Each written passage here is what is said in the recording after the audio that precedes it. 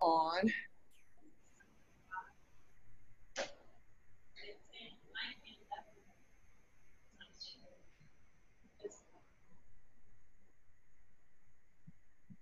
Okay, first of all, I apologize for Thursday. I left with all intentions of being able to use the Zoom equipment. I even drove to Keysville to pick up the right computer that would do it and all that sort of stuff, and got there and the internet was absolutely horrible. It kept dropping me for everything. We couldn't even get on sometimes. So rather than have you all drive in and have to deal with something that you couldn't understand anyway, I just decided to cancel class. So that means today we're going to go back to week 8 and finish up that chapter that was left in there, and then go on into week 9. So we're going to do 2 chapters today, 13 and 14.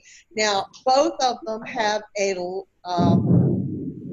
sorry when I cringe with the thunder there.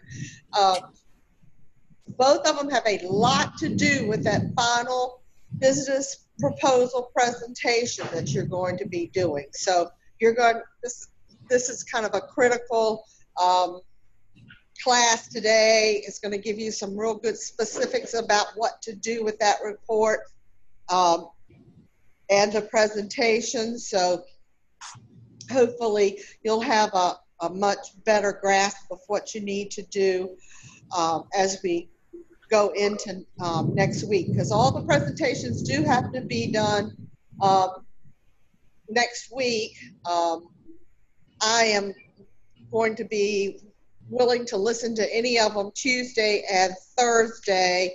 If you are in Keysville or Emporia, this is actually one of your 2 proctored activities, so I will need for you to bring your photo ID with you when you do your presentation so I can verify that you are who you say you are.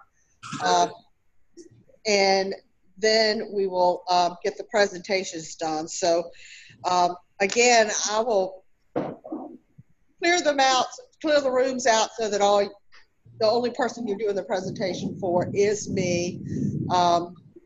So you could do it, say if you're in Emporia, you can do it in Emporia through Zoom during our normal class time, either Tuesday or Thursday of next week. So if you're a go-getter and want to get it done and over with, you can do it Tuesday.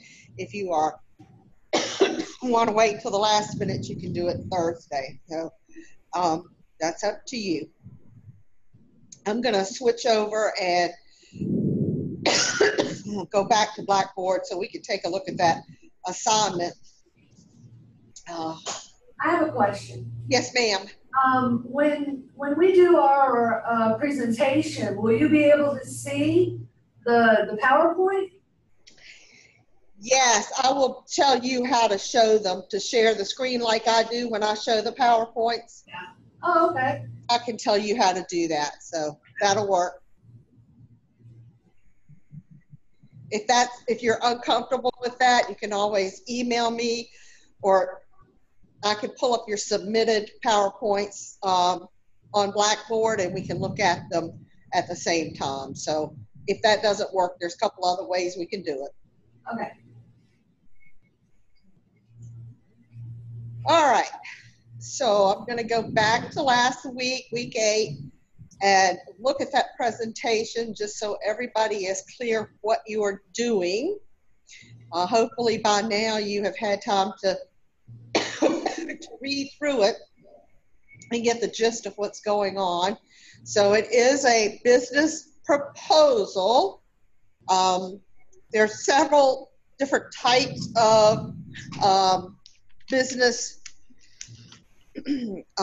proposals and reports and so on in the chapter 13 that we're going to go over today. So I'll be real specific about what type this is.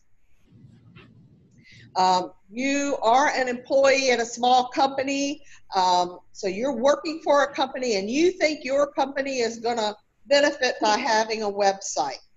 And you're going to write a proposal arguing that the website would be good for your company. Ms. Courtney Blair is your primary audience member, and she doesn't think the website is necessary, and you'll have other people in your audience, the board of directors and administrators and managers, but you want to keep your entire audience in mind. It's up to you what kind of company you're working for or what type of website you're proposing. You're not actually developing the website, okay? You are presenting the benefits of having a website, okay? You're proposing that the company have a website. Again, it's due, well, of course, by the 27th, since that's our last day in, well, I guess 27th, let me look at the calendar real quick. Yeah, the 26th will be the last day you all will be able to present, because that's our last class next Thursday. So the 26th, although the semester technically goes through the 29th, where I have to get grades in right after that. So what you're going to do is you're going to actually write a business proposal. And there is a sample one in this chapter that's fairly decent. It follows the format that I'm looking for. It's on pages 407 and 408. Okay, pages 407 and 408 in your textbook is an example of a business proposal. Now that's something, it's a totally different proposal, but you can see the format for how that's laid out. So you're going to submit to me that business proposal, but then you're going to present it as well, and the presentation needs to be in the form of a PowerPoint or any other kind of slide presentation if you're more familiar with one of the others. So you can see that this proposal is 2 pages in your book. That might actually be a little bit more than that when it's typed out. But I'm not looking for a long 20-page proposal or anything like that. But I am looking for it to follow the steps that are outlined there and the ones that we'll go over in this chapter. So what you're going to need to do is you're going to need to click where it says business proposal assignment right there. And there's where you're going to submit those 2 items. So you'll just go down here to browse your computer and attach 2 things. You're going to attach your actual proposal, and then you're going to attach your PowerPoint presentation as well. Okay? All right, don't use that right submission or anything like that. But yeah, you're writing the actual proposal like page 407 and 408, and then you're also doing a PowerPoint for the presentation. Okay? All right, so again, don't write in the comments and all that kind of stuff. You just want to browse your computer, and you'll browse it twice to click to submit 2 files. Okay? And the rest of it just tells you what I'm going to be looking at as far as evaluation there. Okay, because it says you will provide a PowerPoint presentation and a copy of your complete report to the instructor. So those 2 things must be attached there. All right, remember, you're not actually developing the website. What you're doing is you are proposing that your company have a website. Okay, so you want to tell this Miss, what's her name? Blair. Ms. Blair. You want to tell Ms. Blair and the other audience members why this company would benefit from a website. And you can make up numbers, like you'll see one of the things that that is included, one of the last things is pricing. I'm not actually asking you to go out there and figure out what it would cost the company, but you should be able to find some things on the internet that, you know, Google something or whatever to get some decent prices or whatever. You don't have to be real accurate with those.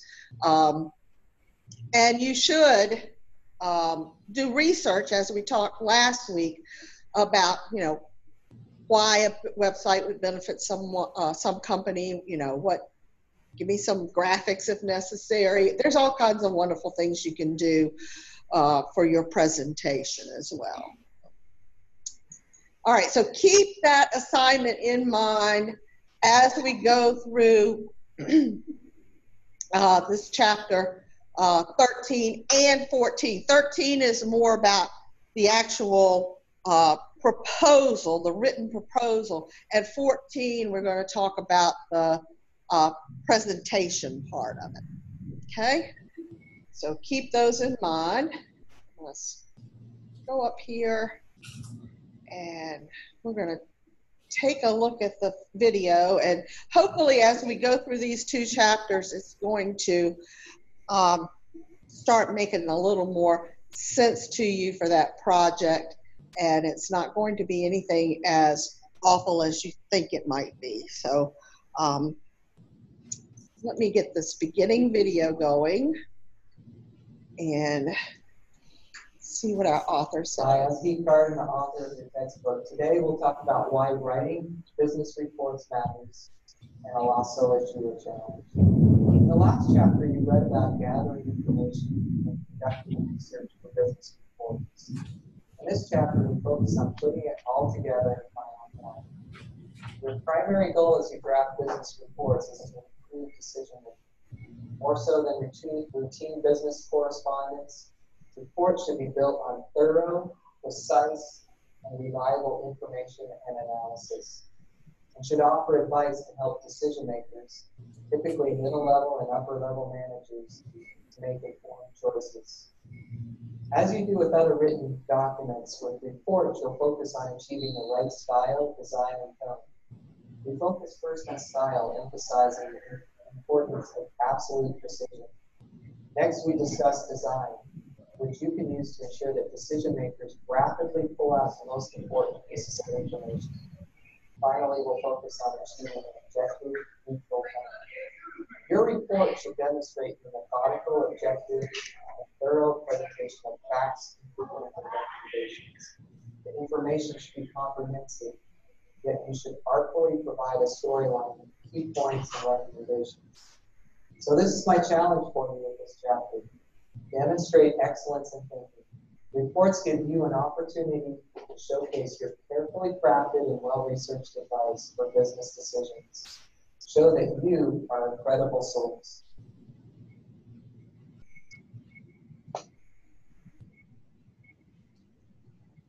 Okay, so as you can tell from the author, he is going to focus in on the formatting and making sure that your information is credible and accurate information. So I'm going to switch over to the PowerPoint. I may not hit every single PowerPoint because there's some in there about other types of business reports, and I want us to focus in on the business proposal because that's the one that you all are going to be doing. So let me get back to our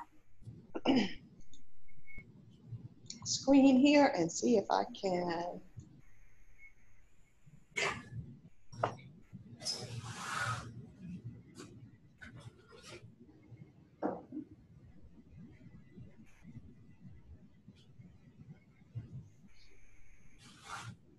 Okay, do you all have a PowerPoint?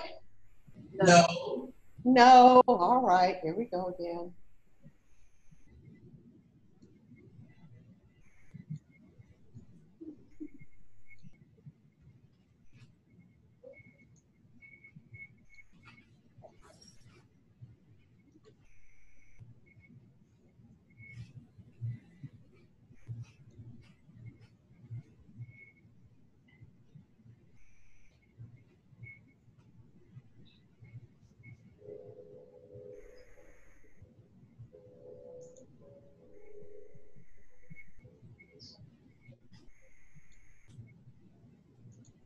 How about now?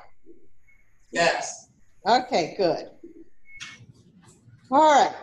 So we're going to focus more in on this first section here about completing business proposals, not so much on the business report. Frequently, you'll see someone create a business proposal and then follow it up with a business report, but we're going to focus in just on the proposal. Okay. All right, so we're going to be looking at credibility again, making sure our proposals are specific and persuasive, precision-oriented reports that aid in decision-making, they're objective, effective, and fair. Again, think back to your proposal that you're going to be doing. We're going to make sure that we are offering up the specific reasons why having a website would be good for this company, and things that will actually help in your Ms. Blair making her decision about that. Of course, your personal credibility is tied to all the information that you provide in your proposal. You will see that if you say something in your proposal that is not correct or not true, it's going to reflect on you personally. All right, this is a big item here, the components of a business proposal. All right, and I invite you to turn to page 407 so you can see how they have laid out those components. Now, for this particular homework assignment, I am not necessarily looking for a complete one-page cover page. If you just put your information at the top like they do on page 407 for what you're trying to do, that suffices for the cover page. Then you'll see an executive summary, the current situation, specific objectives. I'm going to turn the page over to 408, and there are your deliverables overview, your timeline, the results enhancers. You'll notice that they did not include any of that in this particular report. It's your option to do that or not. And then pricing and budget information. So the proposal that you're doing pretty much follows exactly page 407 and 408. That's the sequence you need to actually put it together. So I think this is a very good example. All right, so what we're doing with this business proposal is we're, again, trying to help in decision making. So we are stating that a business problem exists. We're going to provide some facts and then make a conclusion from those facts and provide recommendations. Okay, so think about what your business problem is in this particular example. Gather some facts. That's where you're going to do some research to see about whether websites actually do enhance sales, or what are all the benefits of websites and that kind of stuff. Draw a conclusion and make a recommendation to Ms. Blair. All right, so you want your facts to be well-documented facts so that it's clear that you're drawing your conclusions correctly. So first of all, state your problem. The problem is not we don't have a website. The problem must be something like our competition is increasing its growth faster than we are, or something like that. So, yes, ma'am. Yeah, absolutely. Yeah. Exactly. So they can go in and purchase online and, things like that too. Sort of like an Amazon does maybe. Or it could be whatever you're proposing might just be a website that just provides information and some contact numbers. That's up to you. Okay, it's up to you what you want to recommend. And of course, you know, there might be multiple things you could recommend, and you're going to reach a conclusion about which one you would like to recommend. So again, a lot of it's going to depend on what your company is. You know, it might be that you've chosen a company that does a lot of its sales on the internet, or you might be choosing a company that does very little sales on the internet. So that's up to you again. So we're basically trying to sell something to a company. Basically, it's the business proposal part of it, right? Say that again for me. Basically trying to present something to the company that they need. Right, right. You're saying, we need this. So you need to tell them, first of all, why you need it, and then give the facts behind what it'll do for you. Okay. Okay? All right. Make sure any research you have is documented. We will talk a little bit about that. There's some of the problem statements or business problems that are less effective and then more effective. So you can read through those to get you some suggestions on how to state your business problem. That one got much longer than the original problem, but it doesn't have to be quite that long. You can see that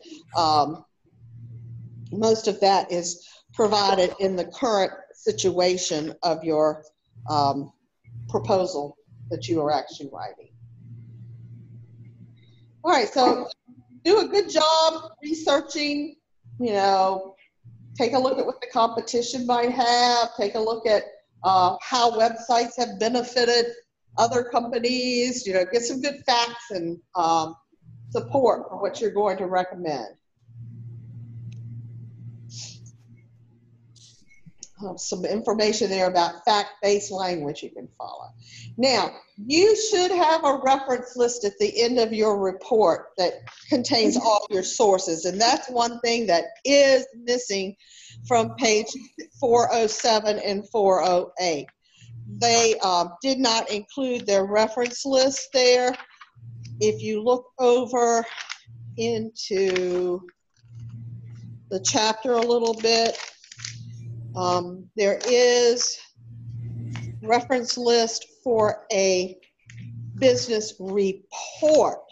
Now, business report is much longer than a business proposal. Pages 430 and 431 provide you a reference list. You can do it either using APA or MLA style, whichever one you want to use.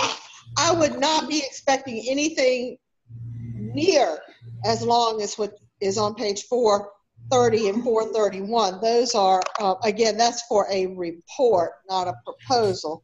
But that does give you the formatting for the report so you can take a look at how your reference list should be done.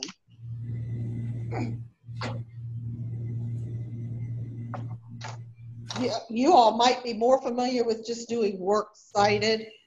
That's fine too. Just the main thing is don't plagiarize. Plagiarizing is just stealing other people's ideas and passing them off as your own. It's literary theft. We can tell right away if you have plagiarized, and plagiarism will get an F right off the bat. So don't do that. Make sure that if you are quoting word for word, that you do provide your statements within quotation marks. Preferably you will paraphrase, which means you're going to take someone else's words and re-express them in your own thoughts. But again, if you're paraphrasing, you're still using someone else's thoughts, so you need to document where that comes from. There are some examples of the actual styles like showed up on 434, 31 there, APA and MLA, so you can see how to actually document them. It shows you how to document information you got from a book, from an organization, from a scholarly or scientific journal, from a magazine or a periodical, from a newspaper, and from a web page. So all different types of information there on how to document. You should be able to follow that fairly easily. Even a personal interview with someone. Now, I would not be expecting many of you to be doing personal interviews. This just gives you a little bit of information on how you take your facts and turn them into first conclusions and then recommendations. Okay. Some examples there as well. All right. Now, we all know that not everybody reads every single word that you give them in a proposal. So when you are writing your proposal, and especially the longer reports, which you are not going to be doing, you have to kind of assume that people aren't going to read it from beginning to end. They want to be able to process the information quickly. And that's why we usually start off with that executive summary. Again, we're going to be doing the business proposal down the last column that's here. You will be providing a little executive summary to start out with. These are other types of plans out there. So the executive summary is going to summarize the most important contents, okay? It's kind of like after you've done all this work, go back and summarize what you've done, including your key findings, your conclusions, and your recommendations, okay? It's called executive summary because your managers, your executives tend to read that first to get the highlights before reading anything else that's in your proposal. All right. This is some information about the fonts to use and bold lettering and all that kind of stuff. I do believe that I had just requested that you use 12-point font and double space everything, so that would be easier for me to read, although with an exact proposal you probably would use the details that they are using here.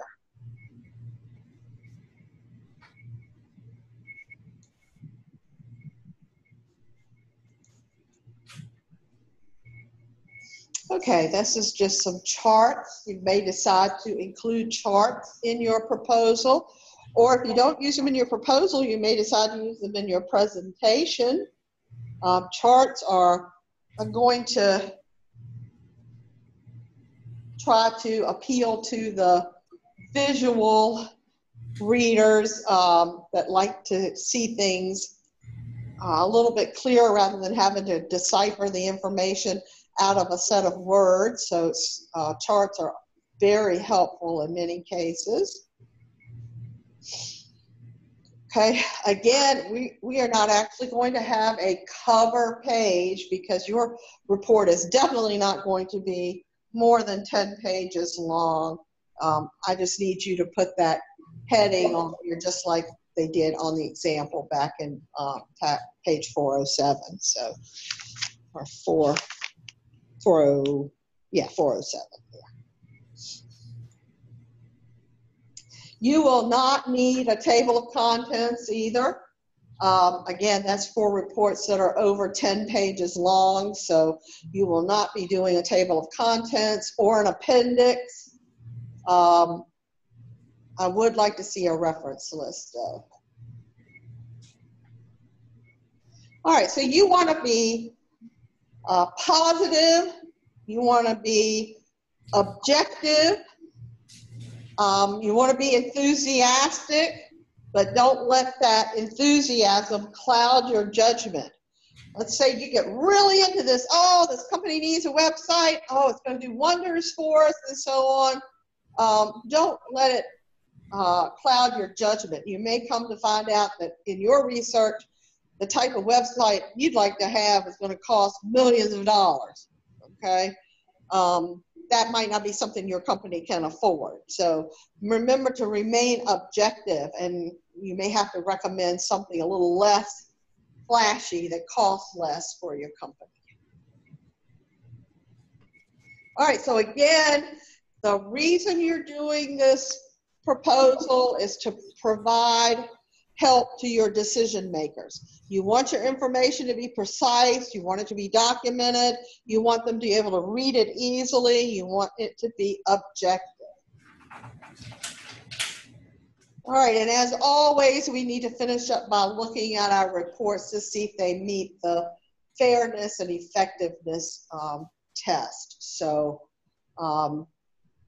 again, just kind of a summary, chapter takeaways, look at how your report affects your credibility,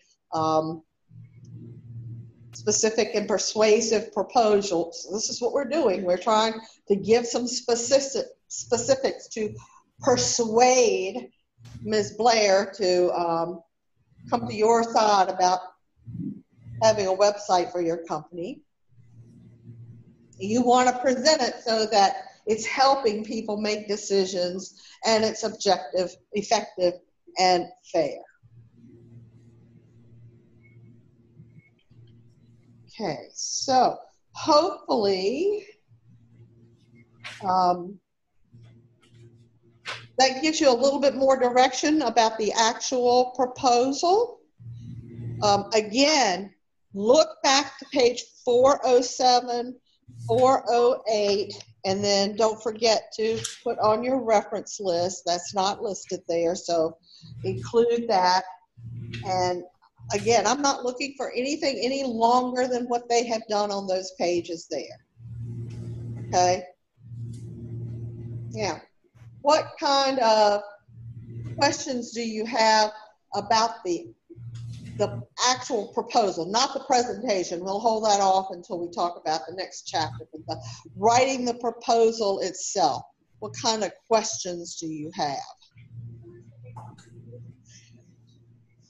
Whatever you want to do. I had last semester, I had people who actually worked in small businesses, and they did it for the company that they work for, although, I mean, it wasn't as in detail as it would have been for an actual proposal, because they, you know, they might have made up some numbers on the cost and things like that. Or you can make up a whole, you know, just pretend like I'm running a daycare center or whatever, you know, I'm running a tattoo parlor or whatever you want to do. You know, you are an employee trying to convince the people higher up that you need a website, and you want to tell those higher ups what that website could do for the company, and fill in the facts with some research and so on, and then make a recommendation. I have a question. Yes, ma'am. What would be a good way to paraphrase statistics? How to be able to include that in your report without quoting them directly all the time? Right. Say like, say your statistics said something like 20% of businesses found increased sales from implementing a website, okay? If that's the direct quote, that's fine. You can just, what we always suggest when you're paraphrasing is after you've read that statement, close your eyes and say to yourself, what did that statement say? And try not to use the exact words they use. You could say something like 1/5 instead of 20%. 1/5, or you could say the word firm and company instead of business. You know, just don't directly quote it. Try to use your own words, but still say the same essence of the question or the statement. Does that make sense? Yes, ma'am. Okay. All right. I found that when I'm paraphrasing things, sometimes I'll use the thesaurus tool on my Word programs. I'll just, like, if it's a word, say it's the word company, I might just highlight that and click on the thesaurus, and it'll give me some options like business and firm and enterprise and things like that. So that sometimes helps you do the paraphrasing. Yeah, that sounds like a good idea. Okay? Yep. All right. What other questions do you have about that actual proposal? Anything anybody's concerned about? I just caution you because I had one person last semester who didn't exactly follow the instructions. She presented the proposal as if she were the website developer. That's not what I want. Okay, you are just an employee for the company. You're not going to be the one who's developing the website. Chances are you're going to hire somebody to do that, or you're going to find somebody in-house to do that, or you're not going to have to actually worry about what is this website going to look like.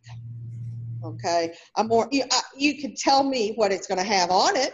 Like you might say it's going to have a link to our latest catalog, or a link to our office addresses or something like that. But you do not have to actually develop the website. You're just the employee of the company saying, we need a website, and this is why we do, and I recommend such and such. I have a question. Yes, ma'am. And we are doing a PowerPoint presentation on this, correct? Yeah, we're getting ready to talk about the actual presentation in chapter 14. So right now I'm just talking about the proposal, and you're submitting two things. You're submitting the proposal and your presentation in the form of a PowerPoint, but then you're also presenting to me. Okay, thank you. Mm-hmm.